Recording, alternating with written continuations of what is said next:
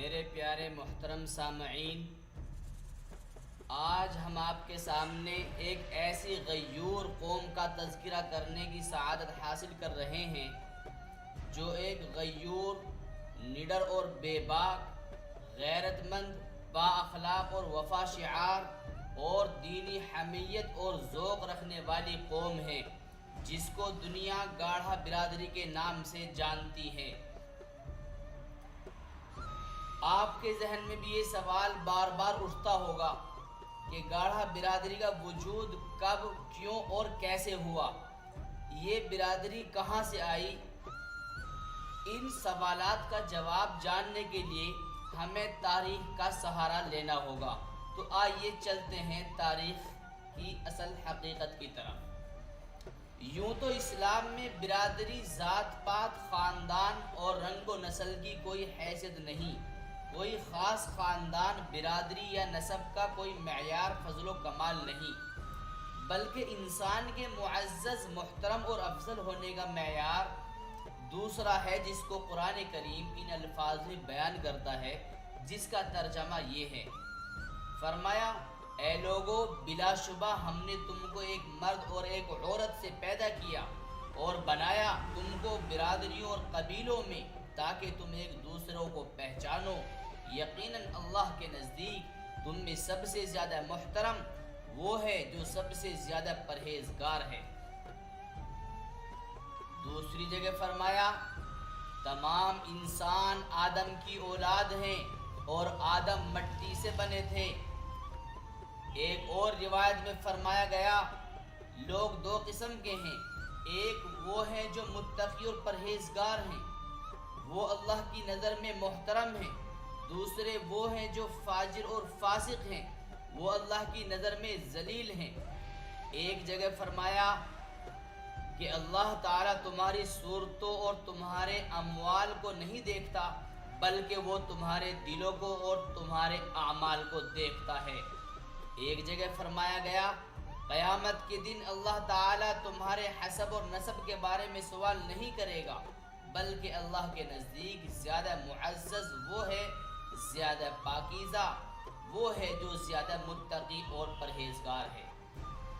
ہندوستانی مسلمانوں کی ایک بڑی تعداد ایسے لوگوں کی ہے جو اصلاً اور نسلاً ہندو تھے، لیکن ایک خاصی تعداد ایسے مسلمانوں کی بھی ہے جن کا تعلق بیرون ہند سے ہے، جو آغاز اسلام سے لے کر مغلوں کے زمانے تک ہندوستان آتے رہے۔ پہلی اور دوسری صدی اسلامی میں جو زیادہ تر عرب ہندوستان آئے، وہ عام طور سے تاجروں کی شکل میں سمندری راستوں سے آئے، اسی لیے ان کی آبادیاں عام طور پر ساحلوں پر آج بھی واقع ہیں۔ ان کے رہن سہن اور زبان میں آج تک عربی تہذیب اور تمدن کا رنگ موجود ہے۔ بری راستوں سے سب سے پہلا قافلہ جو ہندوستان آیا وہ محمد بن قاسم ثقفی کا قافلہ تھا۔ پھر یکے بعد دیگر مسلم فاتحین ہندوستان آتے رہے، یہاں تک کہ ہندوستان اسلامی تہذیب و تمدن اور اسلامی کلچر کا گہوارہ بن گیا۔ ان مسلم فاتحین کے ساتھ ساتھ بہت سارے لوگ ہندوستان آتے رہے جو مختلف طبقات سے تعلق رکھتے تھے۔ ان میں علماء، صوفیاء، امراء سے لے کر معمولی پیشوں تک تعلق رکھنے والے لوگ تھے، جنہوں نے اسی سرزمین ہندوستان پر بود و باش رہنا سہنا اختیار کیا اور پھر ہمیشہ ہمیشہ کے لیے اسی کی آغوش میں سو گئے۔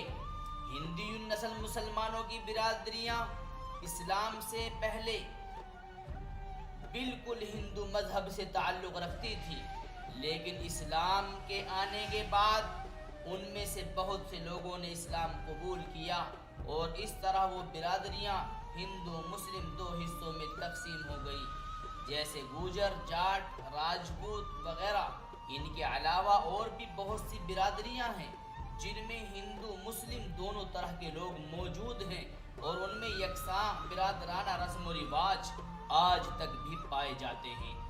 شمالی ہندوستان میں پائی جانے والی مسلم برادریوں میں سے ایک گاڑھا برادری ہے، جو ایک نہایت محدود اور چھوٹی سی برادری ہے اور اس وقت عملاً یہ برادری مغربی یو پی کے اضلاع سہارنپور، مظفر نگر، ہریدوار، میرٹھ اور صوبہ ہریانہ کے کچھ علاقوں میں آباد ہے، جو مسلکاً حنفی اور مشرباً دیوبندی ہے۔ اس برادری کے وجود اور ابتدا کے تعلق سے بہت سے سوالات ایسے ہیں جن پر تشفی بخش انداز میں نہیں کہا گیا اور نہ ان کی تحقیق اور جستجو کی گئی۔ مثلاً کیا یہ برادری بھی ہندوستان کی بہت سی مسلم برادریوں کی طرح طلوع اسلام سے پہلے ایک ہندو برادری تھی، جس کے لوگ طلوع اسلام کے بعد حلقہ بگوش اسلام ہو گئے؟ ہندوستان میں اسلام کے آنے کے بعد اس کے لوگ بھی اسلام میں داخل ہو گئے، یا اس برادری کے لوگ اسلام کے آنے کے بعد ہجرت کر کے ہندوستان کے باہر سے آئے، یا پھر کسی اور طریقے سے اس برادری کا وجود ہوا؟ کیوں کر ہوا؟ کیسے ہوا؟ تاریخ کا مطالعہ کرنے والا ایک عام آدمی بھی اس کی صداقت کو جان سکتا ہے۔ اس سے اتنی بات تو صاف ہو گئی کہ گاڑھا برادری ہندوستان میں ابتدا ہی سے مسلمان ہیں، اسلام پر قائم اور دائم ہیں۔ اب جب یہ بات ہے کہ ہندوستان میں ابتدا ہی سے یہ برادری مسلمان ہے، تو اب سوال یہ اٹھتا ہے کہ کیا اس برادری کے لوگ دیگر مسلمانوں کی طرح بیرون ہند یعنی ہندوستان کے باہر سے ہجرت کر کے آئے، یا پھر یہیں ابتدا سے اس کا وجود ہوا؟ اس سلسلے میں محققین اور مورخین نے کچھ باتیں نقل کی ہیں۔ اگر یہی ابتدا اس کا وجود ہوا تو اس کا یہ نام کب، کیوں اور کیسے پڑا؟ لفظ گاڑھا اس کا کیوں پڑا؟ یہاں چند مشہور مورخین کی رائے ذکر کی جاتی ہے۔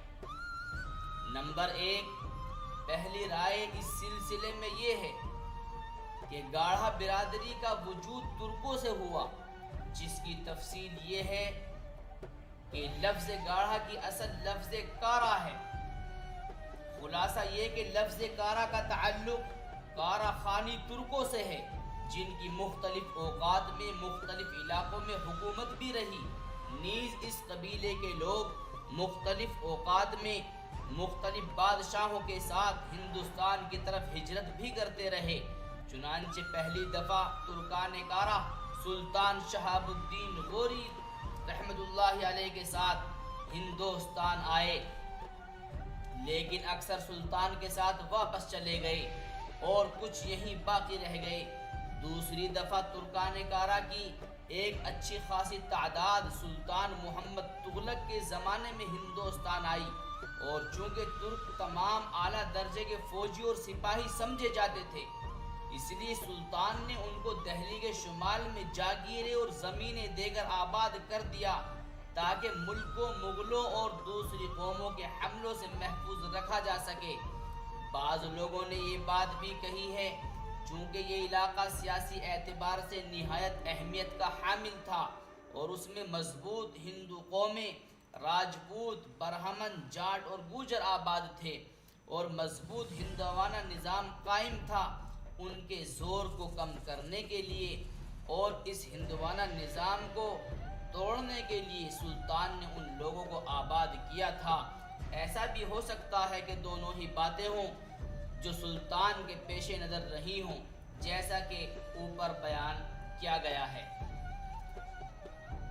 رائے نمبر 2، دوسری رائے یہ ہے کہ لفظ گاڑھا کی اصل لفظ غوری ہے۔ لفظ گاڑھا کی اصل لفظ غوری ہے، اور یہ لفظ ان غوری ترکوں کے لیے استعمال کیا گیا جو سلطان شہاب الدین غوری کے ساتھ ہندوستان آئے اور یہیں آباد ہو گئے۔ سلطان شہاب الدین غوری کے بارے میں بھی یہ روایت بیان کی گئی ہے کہ جب سلطان کا دہلی پر قبضہ ہوا تو اس نے دہلی کے اطراف، خاص طور پر شمال کا جائزہ لیا۔ اس نے دیکھا کہ شمالی علاقے میں مضبوط قسم کے ہندو، خاص طور پر راجپوت، گوجر، جاٹ اور برہمن آباد ہیں۔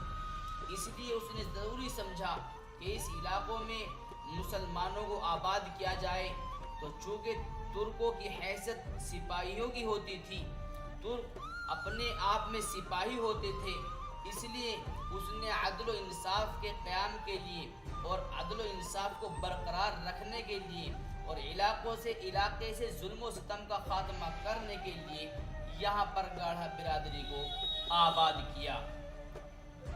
خلاصہ یہ کہ گاڑھا برادری کا اصلاً وجود ترکوں سے ہوا، جو سب کے سب مسلمان تھے، چاہے وہ غوری ہوں، تغلق ہوں یا مغل ہوں۔ اس کا مطلب یہ ہرگز نہیں کہ ترک قوم کے تمام لوگ اس برادری میں شامل ہو گئے، بلکہ ترک قوم کے بعض وہ لوگ جو اس علاقے میں آباد ہوئے اور کاشت کے پیشے سے منسلک ہوئے، ان لوگوں سے اس کا وجود ہوا۔ پھر اسی کے ساتھ ساتھ مسلم حکمرانوں کے زمانے میں اسلام کی نشر و اشاعت اور دعوت و تبلیغ کا کام بھی ہوتا رہا۔ اس سلسلے میں خاص طور سے بزرگان دین، صوفیاء، علماء اور مبلغین اسلام کا خاص کردار رہا۔ ایک داعی اور مبلغ کے ہاتھ پر پوری بستی اسلام کی آغوش میں آ گئی اور مشرف اسلام ہونے لگی۔ حضرت خواجہ معین الدین چشتی اجمیری رحمۃ اللہ علیہ، خواجہ نظام الدین اولیاء رحمۃ اللہ علیہ، حضرت سید علی حمدانی رحمۃ اللہ علیہ، حضرت شاہ ہارون چشتی رحمۃ اللہ علیہ اور نہ جانے کتنے کاملین اور بزرگان دین اور واصلین ہیں جنہوں نے ہندوستان میں اسلام کی شمع روشن کی۔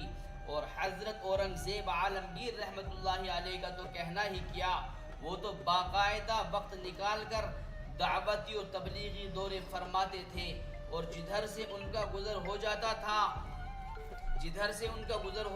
تھا ان کی ایمان کی بہادری آ جاتی تھی۔ انگریز اور ہندو مورخین کو ان سے محض اسی بنیاد پر تعصب اور بغض و عداوت ہے کہ وہ صحیح سچے اسلامی حکمراں ہونے کے ساتھ ایک سچے پکے مجاہد اور داعی اور مبلغ بھی تھے۔ ان کے زمانے میں شمالی ہندوستان میں بے شمار لوگ مسلمان ہوئے، ان میں مختلف برادریوں سے تعلق رکھنے والے لوگ تھے۔ میرٹھ کے راجپوت رانگھڑوں کی ایک بڑی تعداد ان کے زمانے میں مسلمان ہوئی۔ جب یہ لوگ مسلمان ہوتے تو اپنی ہم پیشہ مسلم برادریوں میں شامل ہو جاتے، یا پھر جہاں جس کو موقع ملتا وہ اس برادری میں شامل ہو جاتا۔ چنانچہ مسلم راجپوت اور مسلم گوجر اگرچہ باقاعدہ الگ برادریاں بھی ہیں، لیکن بہت سے گوجر اور راجپوت خاص طور پر گاڑھا برادری میں بھی شامل ہوئے، اور اسی طرح یہ برادری بہت سے انساب اور خاندانوں کا ملا جلا مجموعہ بن گئی۔ کسی شاعر کا یہ شعر اس پر بالکل صادق آتا ہے، جس میں کہا گیا ہے، میں اکیلا ہی چلا تھا جانب منزل مگر راہ رو آتے گئے اور قافلہ بنتا گیا۔ تو ناظرین، یہ تھی ہماری آج کی مجلس کی باتیں، جن سے آپ کو واضح طور پر معلوم ہو گیا ہوگا کہ لفظ گاڑھا کی اصل حقیقت کیا ہے، اس کا وجود کب، کیوں اور کیسے ہوا۔ اللہ تبارک و تعالی ان کہی ہوئی باتوں پر ہم سب کو غور و خوض کرنے کی اور ان کو یاد رکھنے کی پوری توفیق نصیب فرمائے، اور ہم سب کو اپنے صحیح مسلک اور مشرب پر قائم و دائم فرمائے، اور ہمارے اندر اتحاد و اتفاق وہ پیدا فرمائے جس کے ذریعے سے دنیا عالم کے اندر انقلاب برپا ہو جائے۔ اللہ تبارک و تعالی ہماری ان کہی ہوئی باتوں کو قبول فرمائے۔ والسلام۔